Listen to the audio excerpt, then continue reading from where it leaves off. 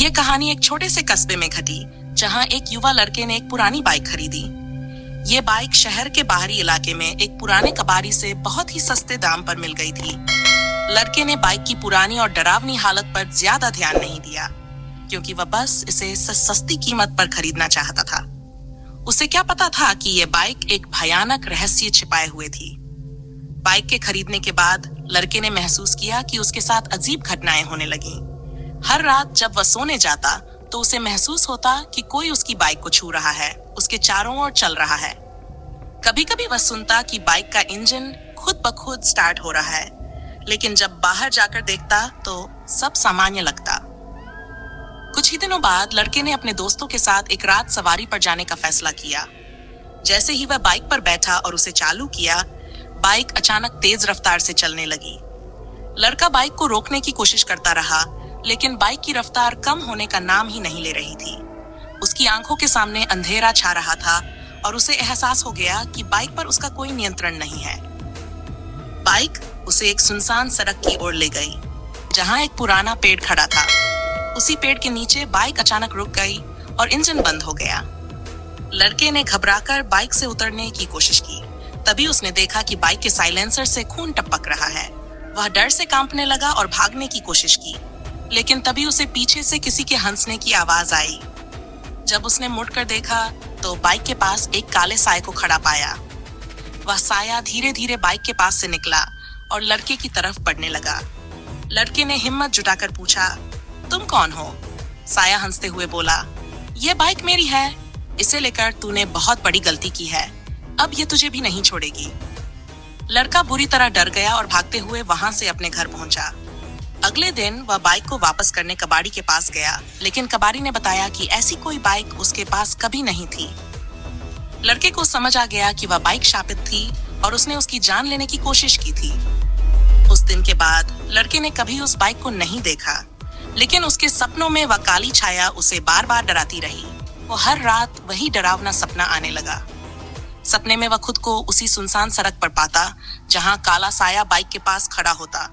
साया उसकी तरफ बढ़ता और हंसते हुए कहता, बच तो गया, लेकिन अब ज्यादा देर तक नहीं। कुछ ही दिनों बाद लड़के की तबीयत बिगड़ने लगी। वह दिन प्रतिदिन कमजोर होता जा रहा था। घर वाले उसे कई डॉक्टरों के पास ले गए, लेकिन कोई भी उसकी बीमारी को समझ नहीं पाया।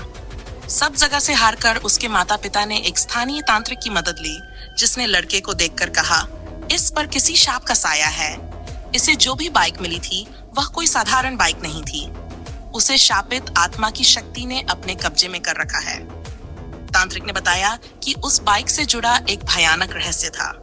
कई साल पहले एक आदमी उस बाइक का मालिक था, जिसे लोगों ने धोखे से मार डाला था। मरते समय उस आदमी ने कसम खाई थी कि उसकी मौत का बदला लेने के लिए वह अपनी बाइक के जरिए वापस आएगा और जिसने भी उस बाइक को हाथ लगाया उसकी जान जाएगी। उस आदमी की आत्मा उस बाइक के साथ बंध गई और तब से कोई भी जिसने उस बाइक को इस्तेमाल किया उसकी मौत हो गई। तांत्रिक ने लड़के को बताया कि बाइक की आत्मा को शांति तभी मिल सकती है जब उसकी मौत की असली वजह का पता चले और उसे न्याय मिले। तांत्रिक ने कहा, तुझे उस आत्मा से मिलकर उसकी कहानी जाननी होगी, तभी तेरा जीवन सुरक्षित रहेगा। लड़के ने हिम्मत जुटाई और तांत्रिक के निर्देशानुसार एक रात उसी सुनसान सड़क पर वापस गया। उसके हाथ में कुछ मंत्र लिखे हुए थे जो तांत्रिक ने उसे दिए थे। जैसे ही वह सड़क के पास पहुंचा, बाइक फिर से प्रकट हुई। इस बार बाइक की हेडलाइट्स जल रही थी और उसके इंजन से भयानक आवाज आ रही थी। लड़का धीरे धीरे बाइक के पास पहुंचा और मंत्र पढ़ने लगा।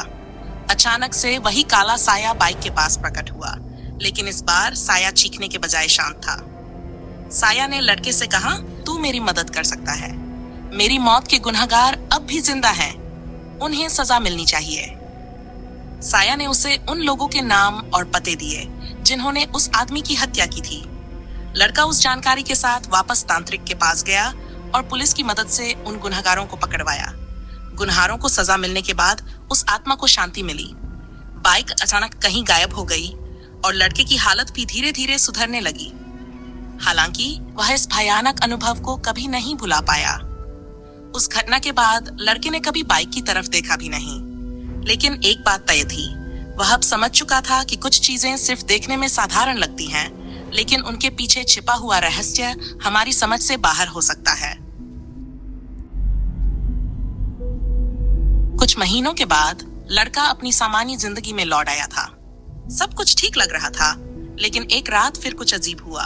उस दिन लड़के ने सोचा कि अब वह उस भयानक घटना को पूरी तरह से भूल चुका है। उसने अपने दोस्तों के साथ मिलकर एक पार्टी रखी थी और सब लोग हंसी खुशी मना रहे थे। रात करीब 2 बजे जब पार्टी खत्म हुई तो उसके दोस्त अपने अपने घर लौटने लगे। लड़का अपने कमरे में जाकर सोने ही वाला था कि अचानक उसके फोन की घंटी बजी। फोन पर कोई बोल नहीं रहा था, बस एक धीमी आवाज सुनाई दे रही थी, बाइक के इंजन की आवाज। लड़का कांप उठा। उसने तुरंत फोन काट दिया और सोने की कोशिश करने लगा, लेकिन वह आवाज उसके कानों में गूंजती रही। अगले दिन वह अपने काम पर जाने के लिए तैयार हो रहा था कि अचानक उसके दरवाजे पर जोर से दस्तक हुई। जब उसने दरवाजा खोला तो वहां कोई नहीं था, लेकिन बाहर उसे जमीन पर वही पुराने टायर के निशान नजर आए जो उस शापित बाइक के थे। लड़के का दिल तेजी से धड़कने लगा। उसने सोचा कि यह सिर्फ उसका भ्रम हो सकता है, लेकिन अगले कुछ दिनों में घटनाएं और भी अजीब होने लगीं। रात को उसे सपनों में फिर वही काला साया दिखाई देने लगा। इस बार साया और भी डरावना लग रहा था। वह अब शांत नहीं था, बल्कि और भी भयानक तरीके से चीखता था, तूने मेरी मदद की, लेकिन अभी भी कुछ बाकी है। लड़का समझ नहीं पा रहा था कि अब क्या बाकी रह गया था। उसने तांत्रिक से फिर संपर्क करने का सोचा। जब वह तांत्रिक के पास गया तो तांत्रिक ने गंभीर आवाज में कहा, आत्मा को अब भी पूरी तरह से शांति नहीं मिली है। उसकी मौत से जुड़े कुछ और राज छिपे हैं जिन्हें अभी उजागर करना बाकी है।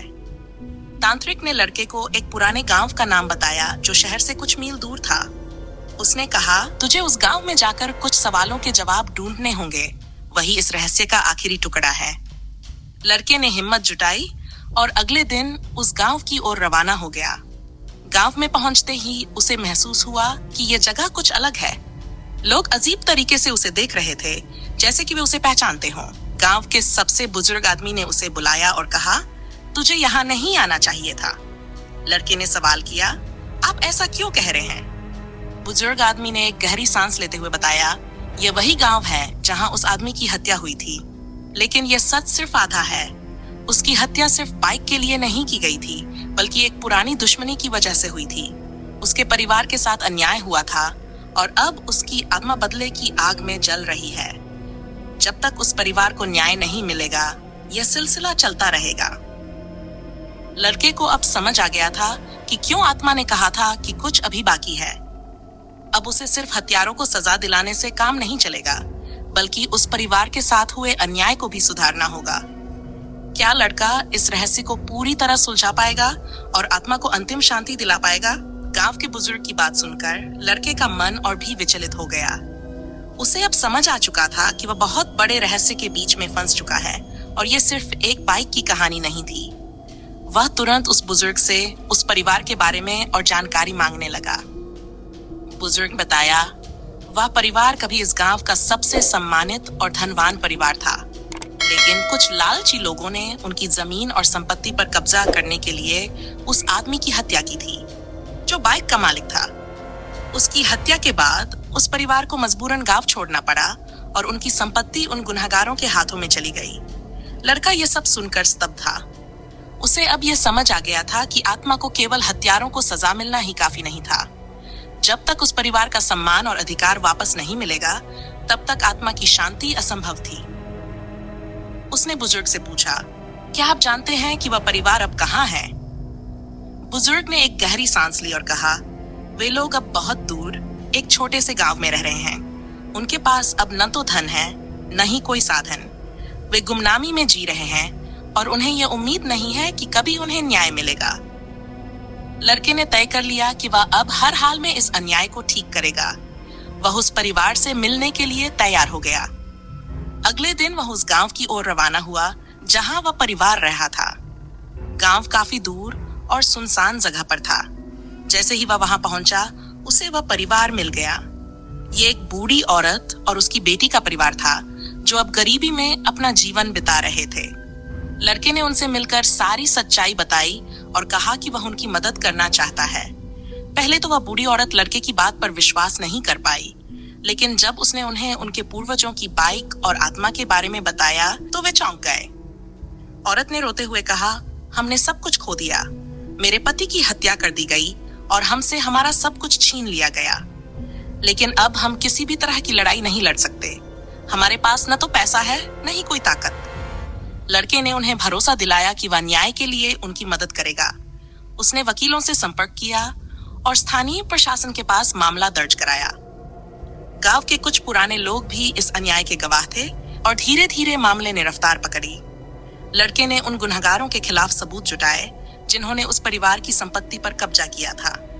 कई महीनों की कड़ी मेहनत के बाद अंततः अदालत ने फैसला सुनाया कि परिवार को उनकी संपत्ति और सम्मान वापस किया जाए। जैसे ही वह परिवार अपनी पुरानी जमीन पर वापस आया, लड़के को एक गहरा संतोष महसूस हुआ। उसी रात जब वह घर लौटा और सोने की तैयारी कर रहा था तो उसे फिर से वही सपना आया, लेकिन इस बार कुछ अलग था। वह सुनसान सड़क पर था और सामने वह काला साया था, लेकिन इस बार वह साया शांत और संतुष्ट लग रहा था। साया ने धीरे से कहा, तूने जो किया उससे मुझे शांति मिल गई। अब मैं हमेशा के लिए मुक्त हूँ, धन्यवाद। लड़का हिम्मत करके बोला, क्या अब सब खत्म हो गया है? साया ने सिर हिलाते हुए कहा, हाँ, अब तुझे कभी डरने की जरूरत नहीं। अब ये कहानी खत्म हो चुकी है। अगली सुबह जब लड़का जागा तो उसके मन में कोई गांव के बुजुर्ग की बात सुनकर लड़के का मन और भी विचलित हो गया। उसे अब समझ आ चुका था कि वह बहुत बड़े रहस्य के बीच में फंस चुका है।